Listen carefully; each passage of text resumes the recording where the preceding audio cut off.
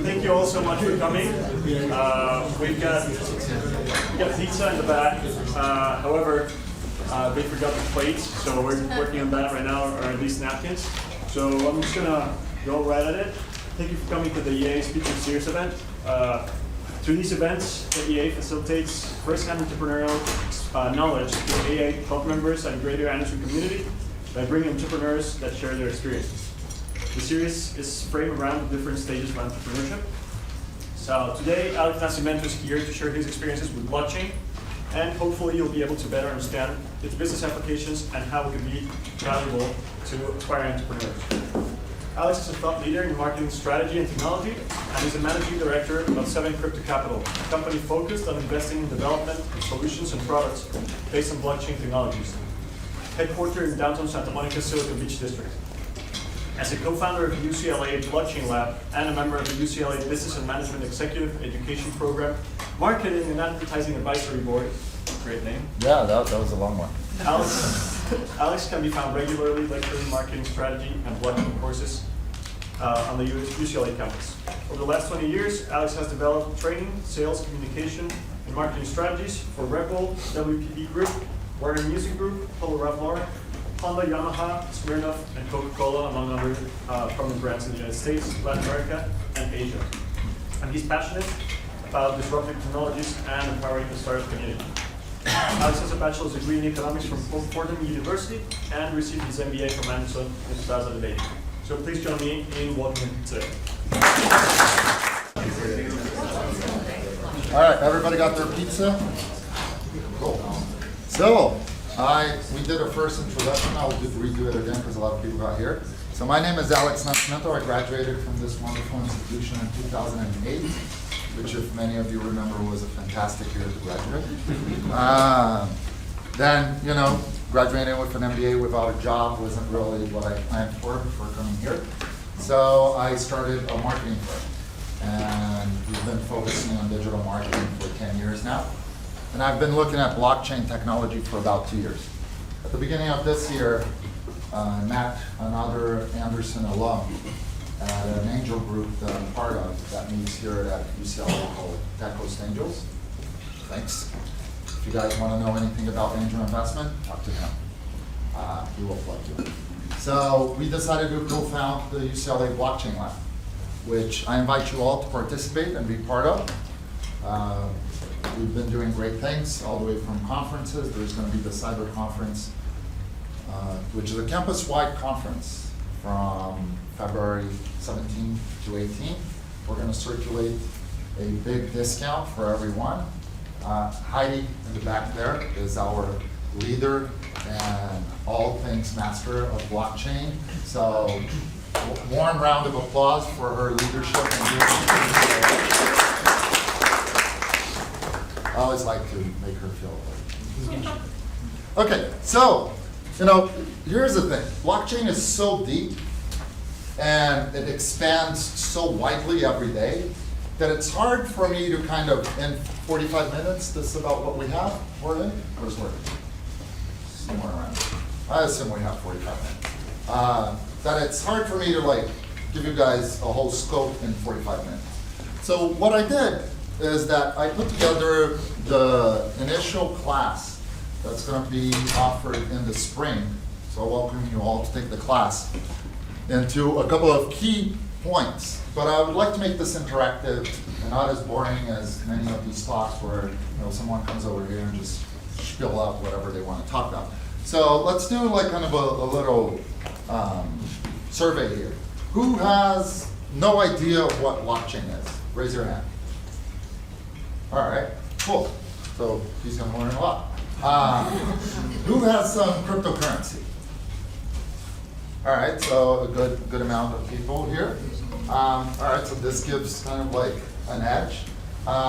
Who's here is making money on alternative coins? 2 people, 3, 4, 5. All right, cool. So, all right. Phil knows a lot about it. You guys should talk to Phil. All right, so I'm going to try to make this interactive. So what is really blockchain? Right? So I want you guys to think about blockchain, and the way I try to explain it as a new form of database. right? Until today, all databases were mainly centralized databases. Bunch of computers sitting in a building, in a room. I'm sure you guys seen the guys from Google come over here and talk about their Google farms and server farms and all that good stuff. So blockchain is a little bit different. So blockchain looks like this. Instead of you having a centralized server, you have this community of computers, which we call a decentralized database, which share all the information that was previously on a centralized server. Does that give like an edge to edge of where the gap is, right? So it's hosted on multiple computers, and it needs to be reconciled among all those computers to be validated. So then an entry in the database will only be validated if everyone in that whole community of computers agrees to it. So that's one of the good things that I like to kind of start off, is that people think about blockchain, they immediately think about Bitcoin, and they immediately think about, well, I don't understand this. All right? So think about this. There are a community of computers. All right? I like that kind of idea of community of computers, because blockchain is really about a community. You need that community of computers to actually have a blockchain. So Bitcoin is a blockchain, Ethereum is a blockchain, and all the other products that are out there are different blockchains because there are different communities of computers. And what are the main benefits? The main benefits is that if you have all these computers, essentially the records are immutable, they're very transparent, right? And we don't need a middleman to transact negotiations and payments and things among parties that don't trust each other. We're going to get more into that on how we don't need a middleman. So here's kind of like a way, visually I like you guys to think about it. Free blockchain, one person has all the information and then sends that information to everybody else. All right? Now the world with blockchain, everybody has the same information and everybody has to agree in order for that information to be validated. All right, are we good there? Any questions? Please interrupt me if you have any questions. So there's mainly, and this is a little bit more technical, so I'll just give you an overview because you're going to hear about this all around. There's mainly two ways of making that validation work. One's called proof of work, and the other one is called proof of stake. I like this picture because it kind of gives a representation of what both of them are. One, you have to work for it, right, to get your Bitcoins out. And the other one, you have to be rich, all right? And we're all MBA guys here, we like being rich. Rich is cool. So one is you do a lot of work, and then upon being the person that works the most, you get rewarded. The other one is you're the richest guy in the room, and then therefore you're rewarded. All right, so it incentivizes people in both ways. I'm going to share this around, but you guys are going to see how this kind of works. Mainly proof of work is people compete to be the first one to solve the problem, right? And then the one that is the one that solves the problem gets rewarded. And then proof of stake, if you have a lot of money, you put that money on the table and you say, hey, I'm gonna validate that transaction, but I'm willing to put all my money up for it in case I don't do a good job. So you kind of incentivize people in different ways. One way I like to think about it is that proof of work rewards people for doing the right thing, of like really working and trying to get that solution handed to the blockchain, and then you get rewarded. And proof of stake punishes people for doing wrong things. Right? So imagine if all the money you have in your bank, you put on the table and you say, I'm going to do the right thing. And in case you do the wrong thing, you lose all that money. Right? So you don't want to lose all the money you have in your bank account. Most likely you will do the right thing. So that's kind of like an overview of what proof of work and proof of stake. I also like to talk about this, which is blockchain versus Bitcoin. My big role on the UCLA Blockchain Lab is to educate the early investor community. And a lot of people, when you say blockchain, they think about Bitcoin immediately, right? And they don't know who came first, chicken and egg, kind of that problem. So I like to think about this, right? Blockchain is the father of Bitcoin, right? Which is the underlying technology behind it. Bitcoin was the first popular shiny object that came out of this technology. Right? And it was invented by a guy that no one knows who it is. I'm sure you guys have seen people walking around the tech community with I'm a Satoshi Nakamoto t-shirt, right? And if you find that guy, please call me. Serious. All right, so he, you got some of you here who take Bhagwan Chowdhury's class might have known that he was forward-thinking enough to nominate Satoshi Nakamoto for a Nobel Prize, which was kind of, very, very edgy of him, because how are you going to nominate someone for a Nobel Prize that nobody knows who it is, right? So that didn't really got that much attention, but he got on the cover of Times because nobody actually knows who he is. But essentially, Bitcoin, as you guys who have Bitcoin know, it's just a form of transaction, right? It's just internet money. I send you money, you send me back money. That's it. It ends, right? We all agree that Bitcoin is worth now, I looked at this morning, 10,000 and change. It's now lower. Okay, then I'm not going to say anything because I'm not a financial advisor. I don't want to be holding against it. But hey, look at it. That's what I would say. There's kind of like a little bit of a scope of recent numbers of Bitcoin community. Market cap varies. Maybe today's a little bit lower, between 170 and $200 billion. That's a lot of money. Right? Participants are these miners, right, and people that compete in order to solve the problem of appending a new transaction to the blockchain, and they get rewarded for it. Right? A big thing you're going to hear about Bitcoin is that it's slow. And people are like, why is it slow? Well, mainly it's slow because, think about it, a block, right? You're putting a block on, and that block is like a brick. So the wider or bigger the brick, the more information you can fit in that kind of block. Problem is that Bitcoin is only like a megabyte, which is very limited. So if you have a lot of transactions going on, and you only have a megabyte, there is a limit of transactions you can place on that. All right, does that make sense? And then fees are calculated in a very advanced way of mathematics that, let's not go into that, because that's another 45 minutes. So Bitcoin is kind of like the shiny object, and then all the other things that are coming out, not all of them, but like in the beginning of the explosion of Bitcoin's popularity, a lot of forks are coming out of it. And you might ask, what is a fork? Right, so think about this way. A blockchain, right? And then I decide that I no longer want to be part of that blockchain. I'm going to create a fork.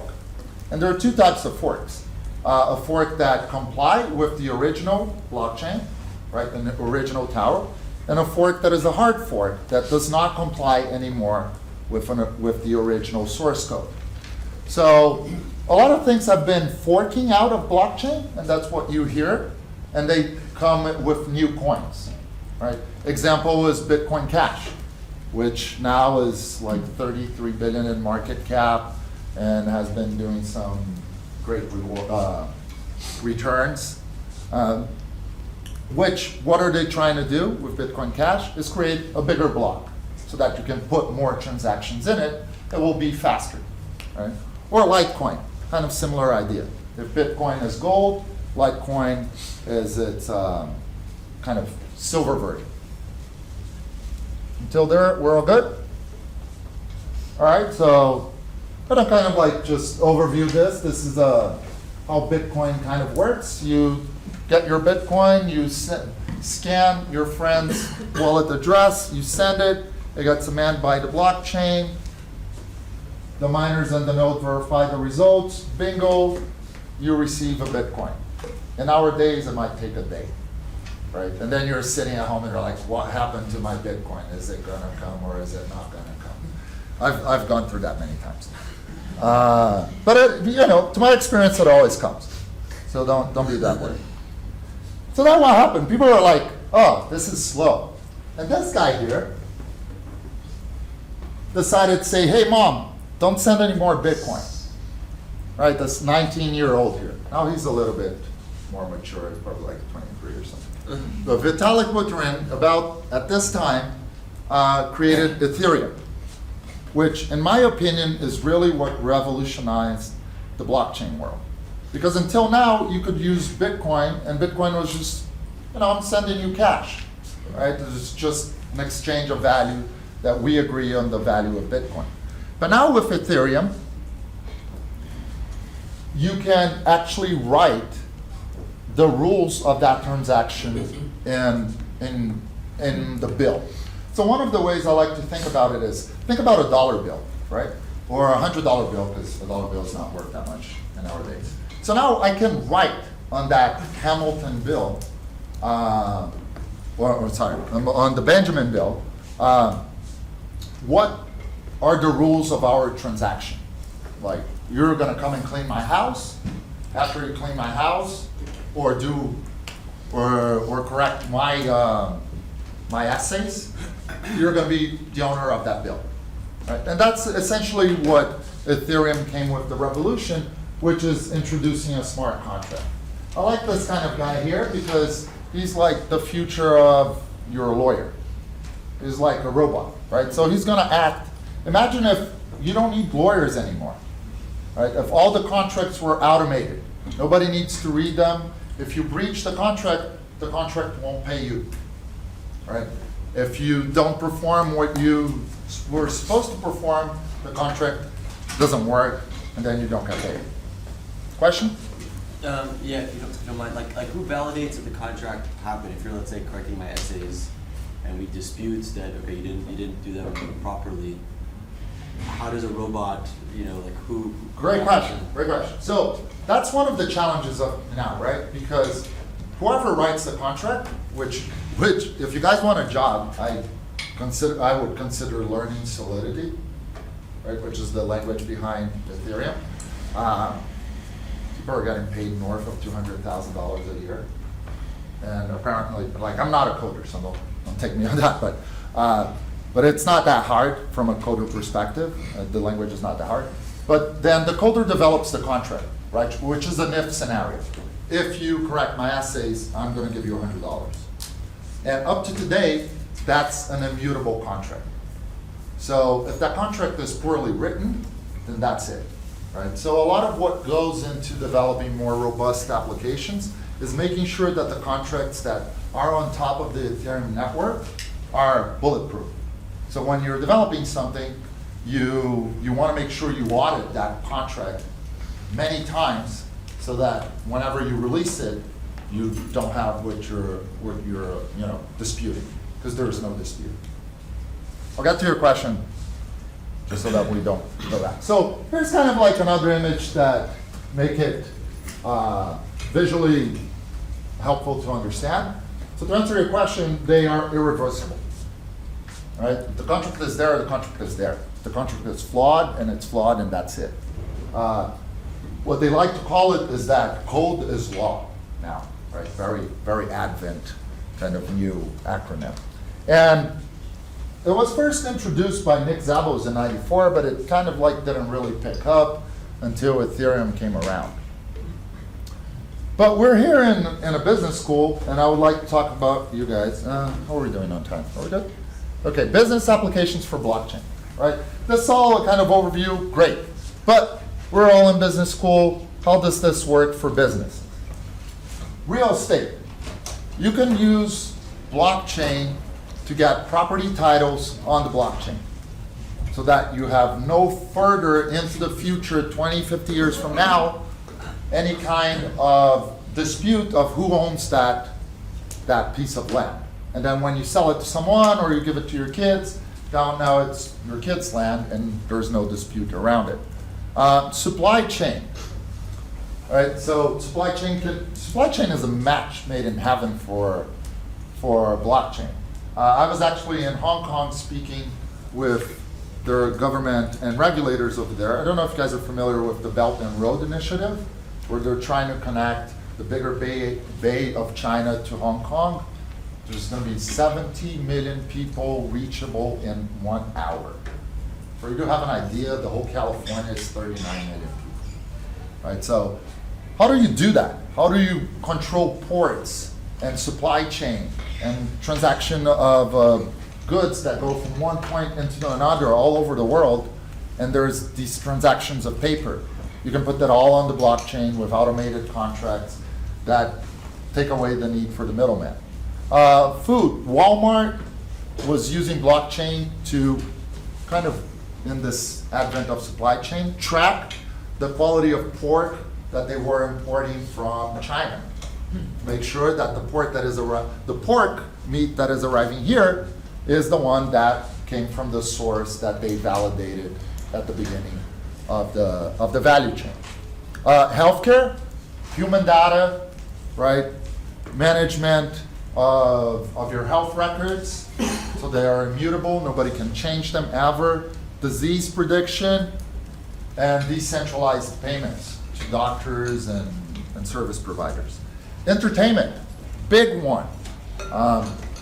Phil, who's here, is working on how to solve the entertainment issue of property rights and IP rights for movies and music. Right, how do you do that? Blockchain can help that. Energy, people are trading energy on the blockchain. So if you have a big solar panel and you're collecting energy, you can sell that on the blockchain. Education, MIT is already putting their diplomas and certificates on the blockchain. So the world of faking your diploma or printing a Harvard degree is gone, right? Retail, you can diamond transactions in retail. Those are also being tracked on the blockchain. Make sure you're buying a legitimate diamond. Insurance, to store and process payments. Government, people are looking into using blockchain to validate votes, right, which is a big issue. Travel and hospitality, American Express is using blockchain to create their own reward system. And obviously finance is the low-hanging fruit. Gemini, Coinbase, all these guys provide a ton of services on the blockchain. So, can I ask a question about diamonds? So let's say you buy a diamond from Africa, you want it to be shipped to US. You have to go through several middleman points while you ship it. So you have to rely to trust these people while this diamond is shipped in a truck or in an airplane. Like, how do you make sure that these people put right information in the system and they don't like switch the diamond in the middle? well, you have to validate the quality of the diamond at each point, right? So at each point, if those people that are there are your valid, trusted, vetted partners, then you're going to know that at that point, that validation happened. And then from the next point, if the guy on the next step of the value chain doesn't validate, you know where it was lost. Instead of just being a piece of paper flying around the world, and then when the diamond arrived here, you're like, oh, I got a piece of rock. Well, who placed that piece of rock in the box? You don't know, right? Because there were so many people involved. But you still have to have the trust partners in each, so you can't solve the trust issue with it. You can solve the trust issue, right? Because the next guy that receives the rock is going to say, hey, I received the rock. So now the previous guy is the one accountable for it. Yeah, but all the guys can say. So that's the previous part of proof of work and proof of stake, right? So that the community is validated. So you either incentivize the community for doing good work and validating it, or you place it in the hands of the people that has most money. And then if they validate the wrongful transaction, they lose all the money. But I'm happy to give you more details about it. Okay, so a couple of things, because I don't want to run out of time here. Some of you are in Bitcoin, Ethereum, and alternative coins. Just want to give you an overview of how that works. Mainly the most important ones are Bitcoin and Ethereum as of today, right? And all the alternative coins are pegged to that one. either Bitcoin or Ethereum. You have to buy Ethereum to buy alternative coins, and you have to sell alternative coins into Bitcoin and Ethereum to get your money back. Roughly, if you have like $100,000 that you want to wire into an exchange, that could be changed, but for the average retail customer, that's usually how it works. They're kind of like a little bit of an idea of what are the main ones, right? Bitcoin, Ethereum, Ripple, Bitcoin Cash, Cardano. I really like Cardano. If you guys want to dive deep into what the future of blockchain is, I'm a big believer in Cardano. Stellar, Neo, Litecoin, EOS, and other ones. So I just wanted to give you guys big overviews here. You know, this is a very risky market. It's high rewards, but it's also very high risk. You have asymmetric information. It's very news and sentiment driven. And then get everything you learn here from your trading and stock financing class and throw it out the window, aside from the graphs. Right? The graphs you can use, but everything else, it's like no fundamentals. So if you're comfortable with that level of risk and you have some money that you can happily lose, then it's at least something interesting for you to learn from.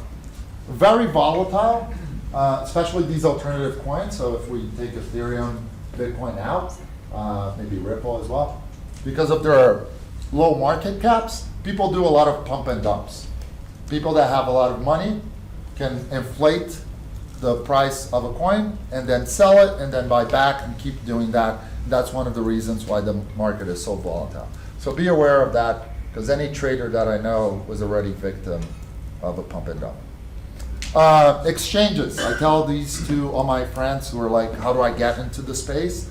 You first need an account on Coinbase, on Gemini, if you live in the US, right? Set up an account there, and then you can transfer money, and then you can buy alternative coins at Bittrex, Binance, and any other of these non-regulated exchanges.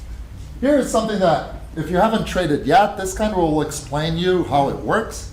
All right, this is you, and then you're going to transfer money into your bank, and then from your bank, this gets a little bit complex. You're either going to send money to Coinbase or Gemini, and then you're going to buy Bitcoin or Ethereum, most likely, although they sell a few other coins, from Coinbase or Gemini, and then you're going to trade those coins into Bittrex, Binance, or the 1,000 other exchanges that are out there, and then buy your alternative coin.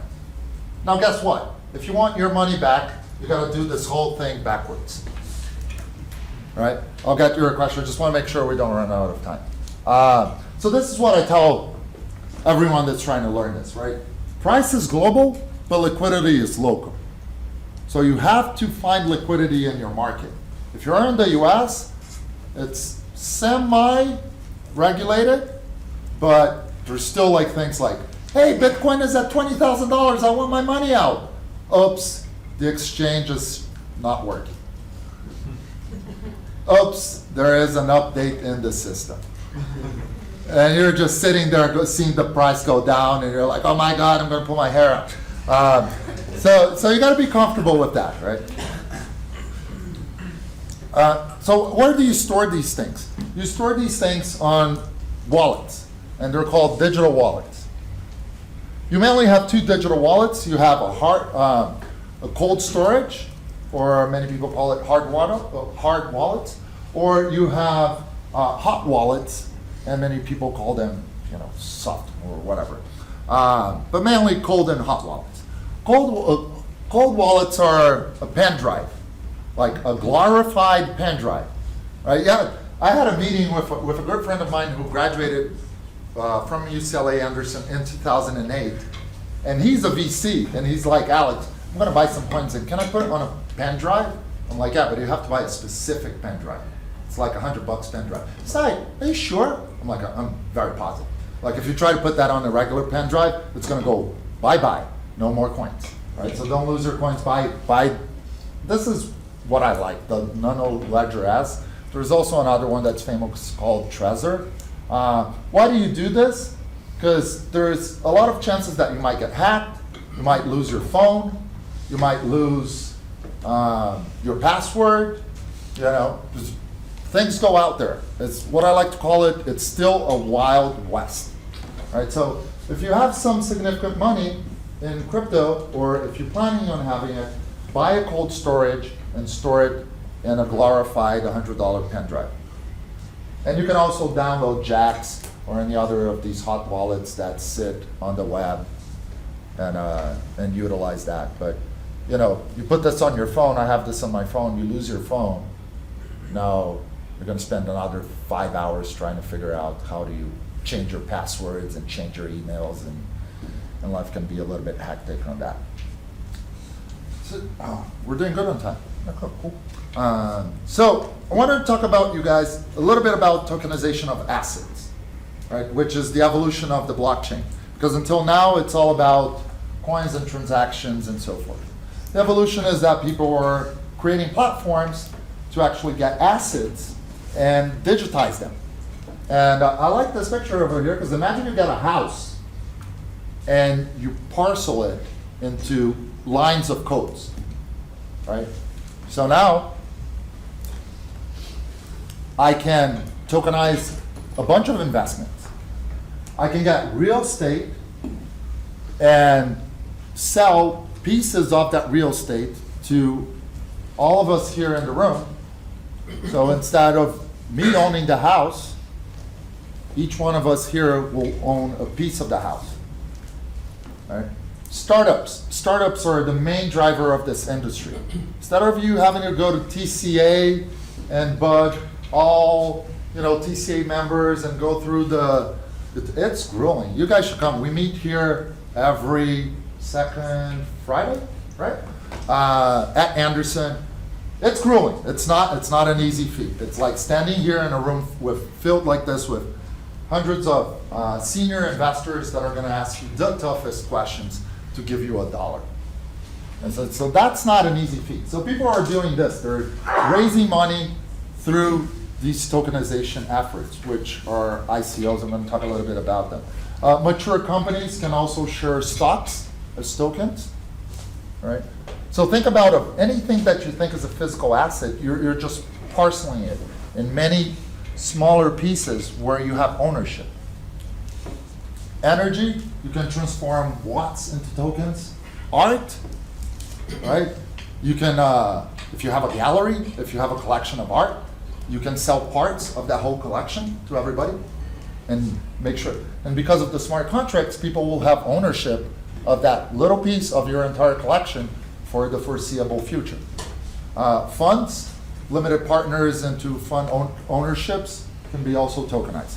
So essentially now you can put the world in a shopping cart and sell it to everyone. Benefits of tokenization, you make money digital.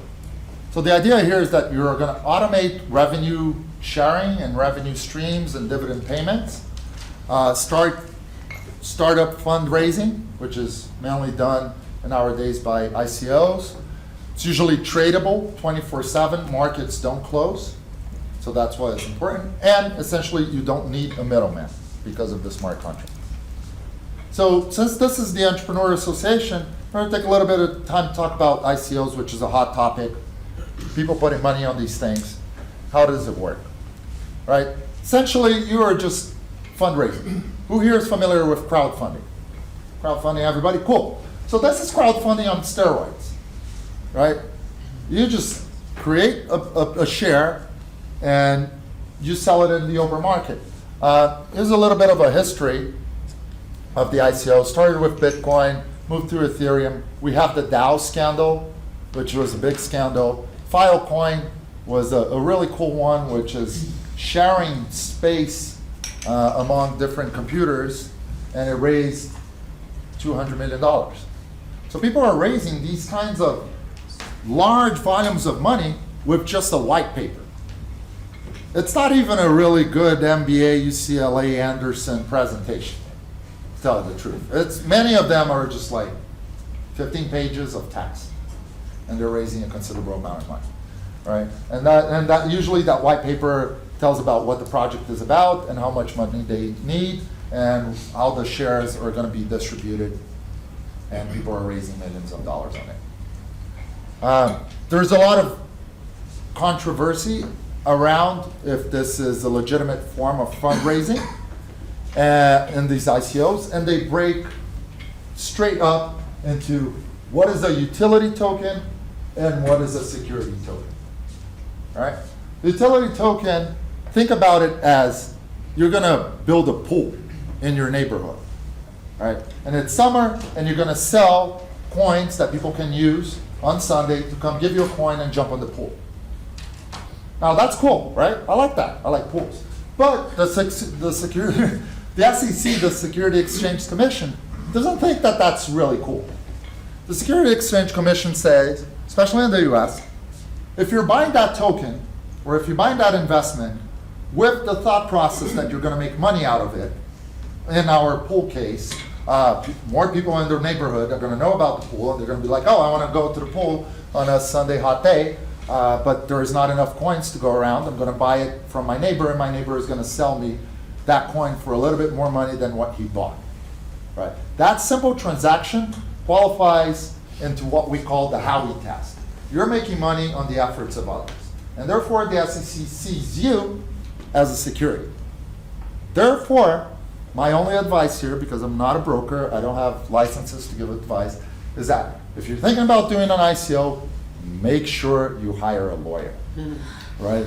Don't go out and be like, oh my God, I'm gonna raise some money. Don't do that, especially if you're American or you live in the US. Seriously. Because the idea of the utility token is that you're not compliant to these governing laws. But the SEC is saying, hello, you are. So make sure you talk to a lawyer. So this is what usually, an ICO project looks like. People asking for you to support them. Here's my ICO. I need your help. This is crowdfunding on steroids, right? Market sizes are tremendous.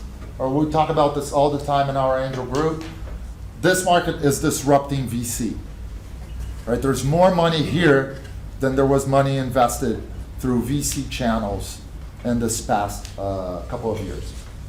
Usually ICOs go for a pre-sale where you can buy that coin to go into the pool or whatever other form of community you get at a discount. And then most of them have soft and hard caps, which is the amount of money that they're trying to raise. But do your due diligence, right? You guys are all smart. Well, a couple of things that I would look if you're thinking about putting money behind any ICO is what are the vesting rights? What kind of proper reporting they're going to give me? Is there any kind of voting and governance that I'm going to be part of? And what are milestones? Right? Like, what is the roadmap? How is whatever project that's going to go through gonna move forward? And as we're closing here, I just wanted to talk about problems and opportunities. Problems: lack of scale. This is like what everybody in the community talks about. All right. Problem with Bitcoin. Everybody has Bitcoin. Everybody talks about Bitcoin. You turn on Bloomberg, it's all about Bitcoin. But Bitcoin can only transact about 3.5 to 7 transactions per second.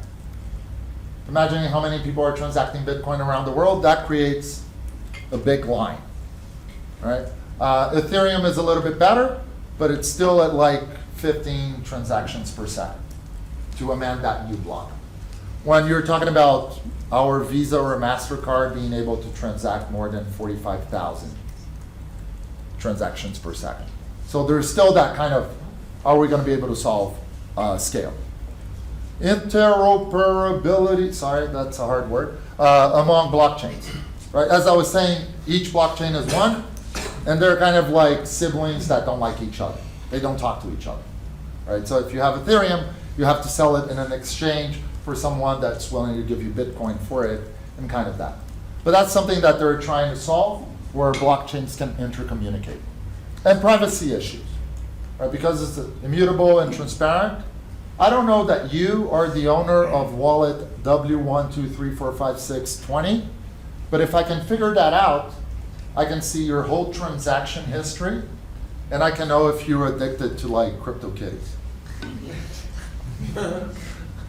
Right, so that's kind of an issue, right? Especially when you start looking into things that people want to be private about how much money do they have, right? If your wife knows your wallet address, she's like, where did you get that 50,000?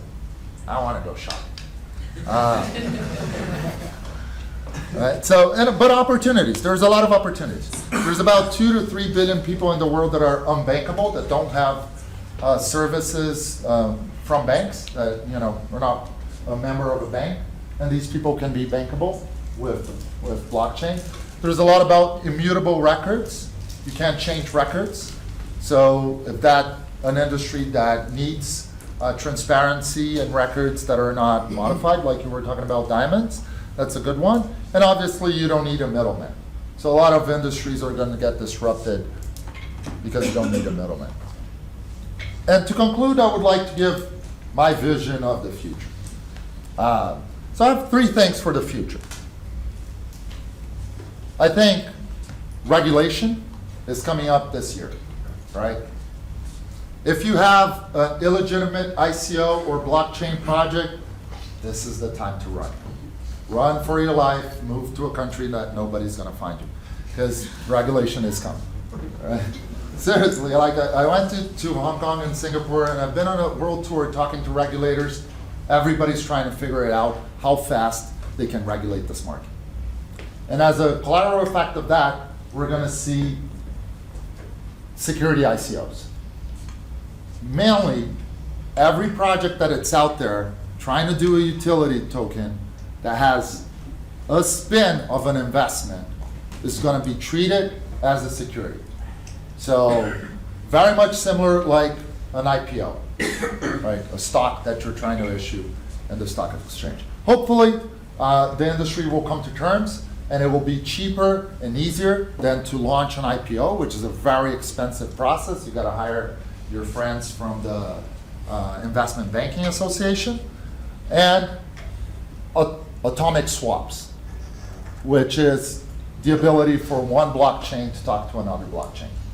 So then maybe exchanges won't be needed anymore. So probably within atomic swaps, you're going to see public blockchains talking to each other, and that's going to explode the industry. And then private blockchains, like banks and governments. Banks and governments don't want you to have access to their blockchain, right? Like if I'm in government, special contracts, secret services, I don't want you guys to take a look into my blockchain, but I might want other players to know it. So there is a difference between public, everyone can see it, and private, just a few people can see it. But they're still on that blockchain thing. So that's probably what you're going to see from banks and government, development of private blockchains, and public blockchains really pushing hard to intercommunicate. And with that, party people, I would like to thank you all for having me here. This is my email. Happy to go out for coffee, share what I've learned, what I've been doing. I've been 20 years in digital, and I've never been more excited about the technology than this. I feel like I saw the light. All right, this is all I do now.